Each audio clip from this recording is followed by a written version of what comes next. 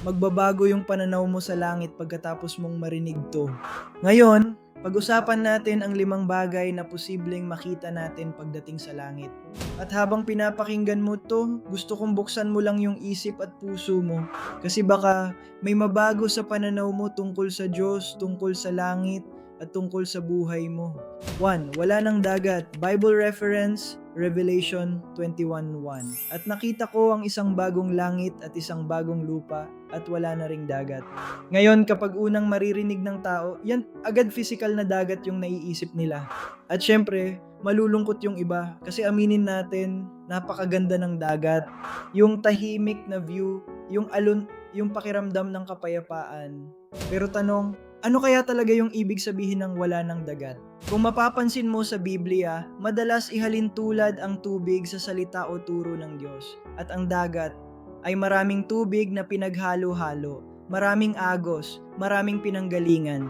At interestingly, madalas ding konektado ang dagat sa judgment o paghahukom ng Diyos, katulad ng panahon ni Noah. Nagkaroon ng baha dahil sa kasalanan ng tao. Nagkaroon ng paghuhukom. Pero nasa arko yung kaligtasan. Pwede mo ring makita doon yung larawan ng tamang aral sa gitna ng magulong mundo. Ganon din kay Moises, hinati yung dagat at pagkatapos nilang makatawid, nagkaroon ng judgment doon sa mga humahabol sa kanila. Pati sa kwento ni Jonah, ang dagat ulit yung naging simbolo ng paghahukom at pagtawag ng Diyos sa pagbabalik loob.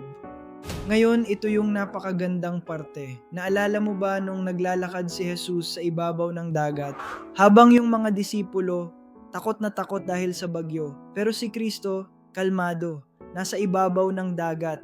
Parang ipinapakita niya na siya yung may kapangyarihan sa lahat ng kaguluhan, sa lahat ng judgment, sa lahat ng takot. Siya yung nasa taas ng lahat.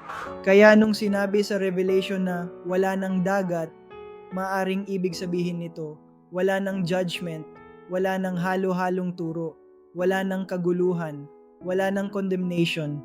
Kapag tunay kang kay Kristo, pinatawad ka na. Bible reference, Roma 8:1. Wala ng hatol sa mga na kay Kristo Jesus. At doon, wala ng sakit, wala ng paghahukom, kundi kabanalan, kapayapaan, at presensya ng Diyos magpakailanman. No, makikita natin ang mukha ng Diyos. Bible reference, Revelation 22:4. Makikita nila ang kanyang mukha. Grabe, no? Kung iisipin mo, sa buong buhay natin dito sa mundo, naghahanap tayo ng pagmamahal, pagtanggap, at presensya ng isang ama. Ako mismo, lumaki akong walang present na tatay.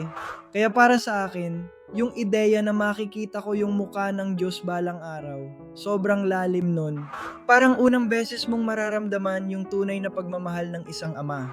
At baka ikaw rin, baka lumaki kang sugatan, baka inaabuso ka, baka pakiramdam mo mag-isa ka lang sa buhay. Pero gusto kong malaman mo to, may ama kang naghihintay sa'yo.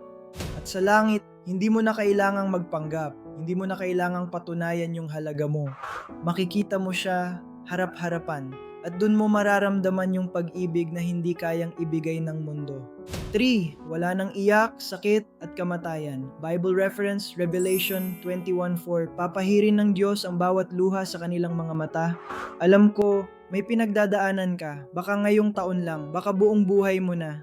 Yung iba sa atin, sanay nang ngumiti habang wasak sa loob. Pero eto yung pangako ng Diyos. Darating yung araw na wala ng luha, wala ng depresyon, wala ng sakit, wala ng kaba, wala ng kamatayan. Imagine mo yun, wala ng gabi na umiiyak ka mag-isa, wala ng takot mawalan ng mahal sa buhay, wala ng pagkawasak. Papalitan lahat ng yon ng kapayapaan, kagalakan, at kaluwalhatian. At baka meron pa ring pag-iyak doon, pero tears of joy na dahil finally, nasa tahanan ka na. Mato, wala ng kasal.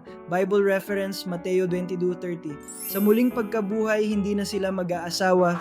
Medyo mahirap itong maintindihan para sa iba, lalo na kung mahal na mahal mo yung asawa mo. Pero ang punto nito, sa langit, magiging perpekto na lahat. Wala ng selos, wala ng pag-aaway, wala ng pagkakasala, pure love na lang. 5. Milyon-milyong tao ang sabay-sabay na sasamba sa Diyos. Bible reference, Revelation 7:9. Isang napakaraming tao mula sa bawat bansa, lahi at wika. Imagine mo yun, lahat ng klase ng tao, iba't ibang lahi, iba't ibang henerasyon, Pero iisa yung dahilan kung bakit sila nandun, si Jesucristo. Kung dito sa mundo, puno ng division, pride, at judgment, dun wala na, lahat banal na. Lahat sumasamba sa Diyos ng buong puso. At honestly, baka hindi kayang i-describe ng utak natin kung gaano kaganda yun.